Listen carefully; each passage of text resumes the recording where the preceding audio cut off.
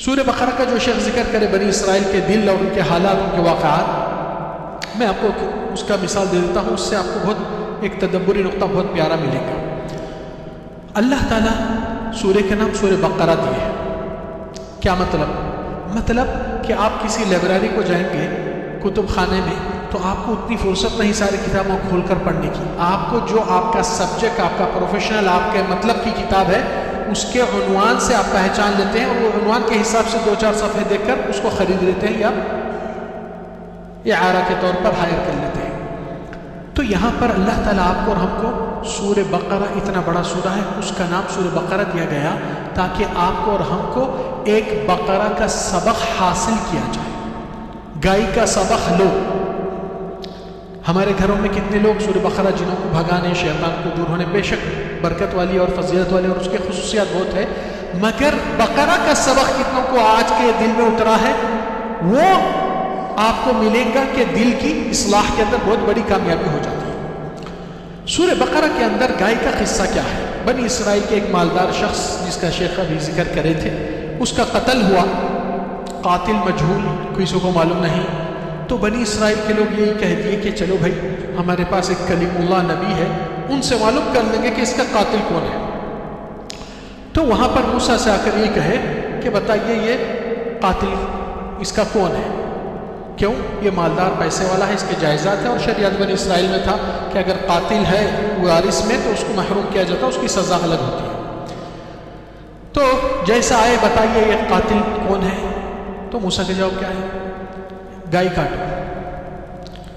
ارے بھائی ہم آپ سے کیا پوچھ رہے ہیں بھائی صاحب، اس کا قاتل کون ہے؟ تم بولے گائے کاٹو، اتتخذون ہزوا، کیا ہمارا مذاق اڑا رہے؟ تو موسیٰ کیا جواب دے؟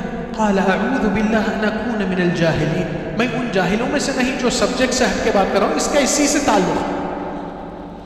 تو وہ بحث لمبی ہوئی، کوسی گائے ہونا، کوس رنگ کی ہونا، کس صفت کی ہونا، بہرحال لائے گائے، فذبحوها، اس کو سلاخت کر کے ذبح کر دیے۔ اب سوال یہ ہے، یہ گائے بے جان ہے، زیرو، اور وہ شخص جو قتل اس کا ہوا میت وہ بھی بے جان ہے۔ 0 + 0 کتنا ہوتے؟ 0، 0۔ ہاں، اللہ تعالیٰ بنی اسرائیل کے آنکھوں کے سامنے وہاں پر 0 + 0 1 کر کے بتایا گیا۔ فَقُلْنَا اضْرِبُوهُ بِبَعْضِهَا، یہ مردہ جانور کا ٹکڑا لو، اس کو مارو۔ وہ زندہ ہو کر کھڑے کے کہا میرا قاتل فلان ہے، پھر مر گئے۔ آنکھوں کے سامنے جب ایسی چیز دیکھتے ہیں، اللہ کے اوپر کتنا یقین آنا چاہیے آپ سمجھے نا؟ تو یہ یقین جتنا دل میں پیدا ہوتا ہے اللہ کی بات پہ، اللہ کی کتاب پہ، اللہ کی ذات پہ، اتنا ہی منافقت اور ریب، شک چلا جاتا ہے دل۔ پھر دوسرا سبق سورہ بقرہ میں اسی میں ہی ہے موجود، وہ کیا ہے؟ وَإِذِ اسْتَسْقَىٰ مُوسَىٰ لِقَوْمِهِ، پانی کی قلت ہو گئی، جھاڑا سوکھ گئے، جانور مر رہے، لوگ پیاسے ہیں، ان کا جان کا خطرہ ہے کہ پانی نہیں ملے گا تو کچھ وقت ختم ہو جائیں گے۔ تو استسقاء کے لیے موسیٰ کے پاس آئے، اللہ سے استسقاء اور بارش طلب کی گئی۔ اس کے بعد لوگ انتظار میں ہیں کہ ہوا یہاں سے، بادل وہاں سے، کچھ بارش کا انتظام ہو جائے، وہ کچھ بھی نظارہ نہیں آیا۔ پھر سے اللہ نے وہ سبق کو ریپیٹ کیا ان کے سامنے۔ فَقُلْنَا اضْرِبْ بِعَصَاكَ الْحَجَرَ، موسیٰ کے ہاتھ میں ڈنڈا ہے، ڈنڈے میں جان ہے کیا؟ بے جان۔ وہاں پر پتھر ہے، وہ جان والا ہے کیا؟ بے جان۔ تو بے جان کو بے جان سے ماریے، 0 + 0، پھر سے فَانْفَجَرَتْ مِنْهُ 12 عَيْنًا، پانی ایسا پھوٹ کر نکلا ہے جو 12 چشمے اوسس واحات بن گئے وہاں پر۔ کھاؤ پیو۔ اب یہ لوگ جب دیکھے ہیں ایک چیز اس طرح اور اس طرح کہ اللہ تعالیٰ 0 + 0 1 کر سکتا ہے، اس کی قدرت پہ یقین اور بندگی سچی کتنی آنا چاہیے؟ آنکھوں کے سے دیکھیں، اپنے خود کے عین الیقین سے۔ اب اس کے بعد دیکھیے کہ اللہ تعالیٰ اس کے بعد کی آیت میں کیا فرمائے کہ وہ لوگ کے لیے جنت سے کھانا پینا المن والسلوى اتارا جاتا تھا، آسمان کی طرف سے جنت کا کھانا ان لوگ کو نصیب ہوتا تھا۔ وہ لوگ کیا کہنے لگے؟ قالوا یا موسیٰ لن نصبر على طعام واحد، اے موسیٰ روز روز یہ کھانا ہم کو راز نہیں آ رہا، آپ کے رب سے دعا کریں، فادع لنا ربک یخرج لنا مما تنبت الارض، زمین سے جو اگائی ہوئی چیز نکلتی ہے، پیاز، لہسن، کھیرا، جو بھی معاملہ کیا تھا؟ یہاں پر تدبر کا نقطہ بہت پیارا آ رہا ہے. یہ لوگ کو کھانے کے جنت میں کوئی ایکسپائری ڈیٹ ہے، کوئی باسی کھانا ہے، کوئی انہیلتھی فوڈ ہے.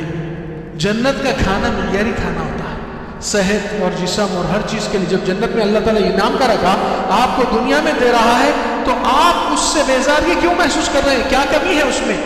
نمک زیادہ، شکر کم، مرچی زیادہ، کچھ ایسا ہوتا ہے کیا؟ ہرگز نہیں. مگر معاملہ کیا تھا ان کے دلوں میں؟ ان کی خصلت میں جو سب سے بڑی لعنت پھٹ کر اللہ کی ان کو پر آئی. اب بقرہ کا سبق آپ کے سامنے آ رہا ہے. یہ لوگ دراصل ایسی قوم تھی، ان کے دل میں جو منافقت تو کیا کفر جو موجود تھا. یہ لوگ اس لیے یہ چیز مانگے ہیں کیونکہ مٹھاس میں کھانے میں وہ بہتر تو ہے، مگر یہ چیز اس لیے کہ ان لوگ کے تصور میں، ذہن میں ایک اللہ کے اوپر شک اور غیر یقینی بنیاد عقیدہ بنا ہوا تھا کہ آج موسیٰ ہمارے ساتھ ہے، اللہ کھانا بھیج رہا، کل موسیٰ مر جائیں گے، چلے جائیں گے، ہم بھوک سے مر جائیں گے. اس لیے اللہ کے ہاتھ میں جو رزق ہے ہم اس کے اوپر بھروسہ نہیں، ہمارے ہاتھ کی چیز پہ ہم کو بھروسہ. یقین جہاں سے ختم ہوتا ادھر منافقت اور کفر شروع ہوتا ہے یہ دلوں کے اوپر. اس لیے اللہ تعالیٰ یہ تسلسل کیا آتا ہے، ایک کے بعد ایک دیتے رہے. پھر اس کے بعد کیا فرمائے؟ ثم قست قلوبکم من بعد ذلک، اس لیے تمہارے دل پتھر ہو چکے ہیں. اس لیے اللہ تعالیٰ ہمیشہ ہر برائی کے الزام میں اللہ تعالیٰ جسم کے، آنکھوں کے، ہاتھوں کے نہیں. فإنها لا تعمى الأبصار ولكن تعمى القلوب التي في الصدور. آنکھوں سے انسان اندھا نہیں ہوتا ہے، مگر بصیرت اندھی ہو گئی تو وہ اللہ کے راستے سے بھٹک